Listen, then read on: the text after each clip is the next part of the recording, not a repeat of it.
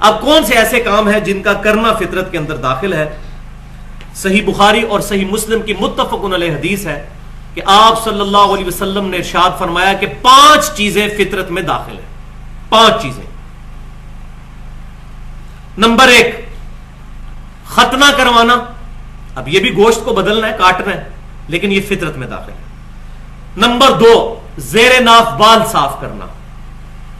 Number 3 بغلوں کے بال اکھیڑنا یا صاف کرنا. اس پر بھی اجماع ہو چکا ہے, حدیث میں الفاظ اکھیڑنے کے ہیں, لیکن یہ صاف کرنا بھی اکھیڑنے میں ہی داخل ہے.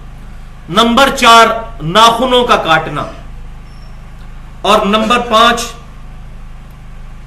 مونچھوں کا کاٹنا. یہ 5 چیزیں. ان چیزوں کو کرنا یہ فطرت میں داخل ہے, یہ فطرت کو بگاڑنا نہیں ہے. اور صحیح مسلم کی ایک اور حدیث ہے جس میں 5 مزید چیزیں بھی بیان ہوئی ہیں, 10 چیزیں ہیں اس میں, اور جو 5 باقی چیزیں بیان ہوئی اس میں سے ایک داڑھی, دوسرا مسواک, تیسرا ناک میں پانی ڈالنا, چوتھا جوڑوں کو دھونا, یعنی جسم کے مختلف جوڑ جو ہیں ان کو دھونا غسل کے اندر اور وضو کے اندر, اور 5واں پانی کے ساتھ استنجا کرنا. تو یہ 5 چیزیں اس کے اندر ملائیں تو 10 چیزیں فطرت میں داخل ہوئی. تو اصل مقصد ہے صفائی کرنا, اور یہ تمام چیزیں مسلمز, جیوز, کرسچنز تمام کے درمیان متفق علیہ چیزیں ہیں. یہ جیوز, کرسچن, مسلمز تمام ختنہ بھی کرواتے ہیں, بال بھی ریموو کرتے ہیں, انڈر آرمز جن کو ہم کہتے ہیں, یہ ساری چیزیں ریموو کرتے ہیں وہ. اور یہ ان کی کتابوں میں بھی ہے اور پریکٹیکلی ان کا عمل بھی ہے اس کے اوپر. اور اب میڈیکلی بھی یہ چیزیں ثابت ہو چکی ہیں کہ ان چیزوں کا ریموو کرنا یہ بہت ضروری ہے. اور صحیح مسلم کے اندر حدیث موجود ہے کہ انس بن مالک رضی اللہ تعالیٰ عنہ کہتے ہیں کہ نبی صلی اللہ علیہ وسلم نے ہمارے لیے اس کی حد مقدار جو مقرر فرمائی تھی وہ 40 دن ہے, کہ 40 دن کے اندر اندر یہ چیزیں ریموو کرنی ہے.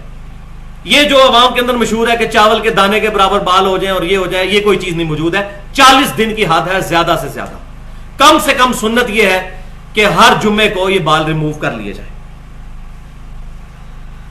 اب چونکہ یہ اس کو ریموو کرنا ہے لہذا اس کے لیے کوئی بھی طریقہ اڈاپٹ کیا جائے گا, چاہے وہ پاکی ریزر ہو یا ویکس ہو یا اس طریقے سے کوئی ہیئر ریموونگ کریم ہو, ان تمام چیزوں کا استعمال کرنا جائز ہے. اور حکمت اس کے اندر کیا ہے؟ دیکھیں میں نے اس پر بڑا غور کیا تو مجھے یہ چیز سمجھ آئی کہ ہمارے جسم میں 3 حصے ہیں جہاں پر پسینہ جمع ہو سکتا ہے اور وہ حصے پسینے کی وجہ سے خراب ہو سکتے ہیں. ایک یہ ہمارے جو انڈر آرمز ہیں, بغلے, یہ جوڑ, اور دوسرا زیر ناف والا حصہ, چھوٹی شرمگاہ سے لے کر بڑی شرمگاہ کے دھونے تک کی جگہ, اور تیسرا انگلیوں کے درمیان جو ہماری پاؤں کی انگلیاں, یہ بھی ہمیشہ کٹھی رہتی ہیں, ہاتھ کی تو کھلی رہتی ہیں عمومی حالت میں. یہ 3 جگہیں ہیں جہاں پر پسینہ جمع ہو کر بیماریاں ہو سکتی ہیں.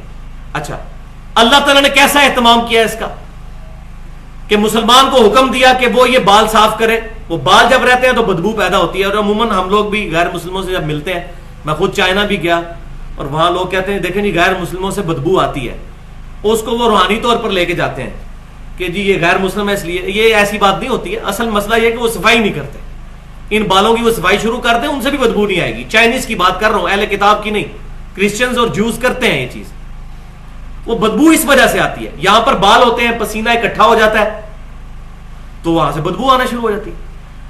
اسی طریقے سے جو زیر ناف بال ہے وہاں بھی جہاں جوڑ ملنے کی جگہ ہے وہاں پر پسینہ آتا ہے اور بال بھی موجود ہوتے ہیں, تو وہ اس کو ایک انوائرمنٹ مل جاتی ہے پسینے کو وہاں رہنے کی, بدبو پیدا ہو جاتی ہے. جبکہ پاؤں کی انگلیوں کے درمیان ایسا کوئی مسئلہ نہیں ہے, اور ویسے بھی ہم وہ وضو کے اندر اس کو دھو لیتے ہیں, وہاں کوئی ایسا مسئلہ نہیں ہوتا. لیکن جو لوگ زیادہ جرابیں استعمال کرتے ہیں تو ان کو بھی آپ دیکھتے ہوں گے کہ ان کے وہاں سے بدبو آنا شروع ہو جاتی ہے. تو یہ اس کی شرعی حکمت ہے ان جگہوں سے بال کو ریموو کرنے. ختنہ کرنے کے اوپر تو اس وقت پوری انسانیت کا تقریباً اجماع ہو چکا ہے سوائے ہندوؤں کو چھوڑ کے, انہوں نے اس کو مذہبی مسئلہ بنا لیا. باقی جیوز, کرسچنز, ان کی کتابوں میں بھی یہ بات لکھی ہے کہ وہ ختنہ کرواتے ہیں.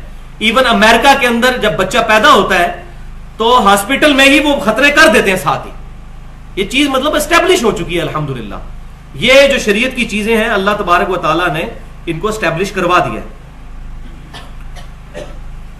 اور صحیح مسلم کی حدیث ہے کتاب الطہارہ چیپٹر میں کہ نبی صلی اللہ علیہ وسلم نے فرمایا صفائی نصف ایمان ہے، آدھا ایمان صفائی ہے.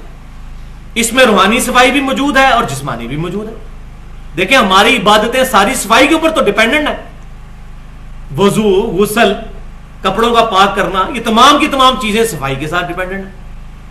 تو صفائی نصف ایمان ہے. اب اس میں ایگزیجریشن بھی نہیں ہونی چاہیے. نہ تو صفائی کا اہتمام کرتے ہوئے کوئی شخص ہمیشہ شیشے کے آگے کھڑا رہے، ایسا بھی نہیں ہو جانا چاہیے. اور نہ ایسا ہو کہ اپنے آپ سے وہ بے پرواہی کا شکار ہو جائے.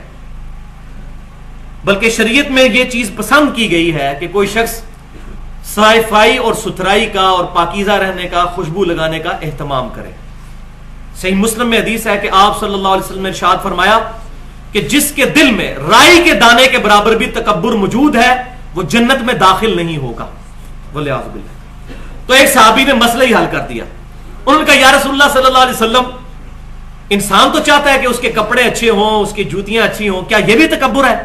تو آپ صلی اللہ علیہ وسلم نے فرمایا نہیں، یہ تکبر نہیں ہے، بلکہ تکبر یہ ہے کہ تم حق بات سے اناد کرو، اس کو قبول نہ کرو اور لوگوں کو حقیر جانو، یہ تکبر ہے.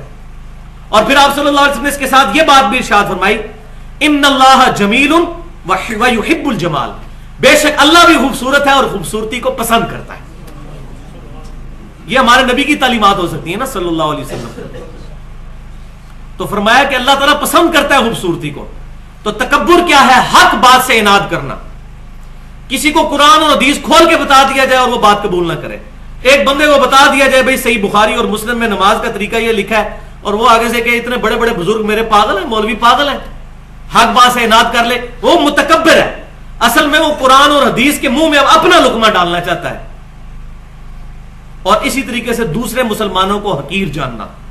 جس طرح یہ ہمارے لوگ جو کلف کا سوٹ یا یہ خدر وغیرہ کا پہن کے باہر نکلتے ہیں، یہ جائز ہے، لیکن اس کی بنیاد پہ کسی عام مسلمان غریب آدمی کو تکبر کی نظر کے ساتھ دیکھنا یہ بہت بڑا ظلم ہے. اللہ تبارک و تعالی ہمیں ان چیزوں سے محفوظ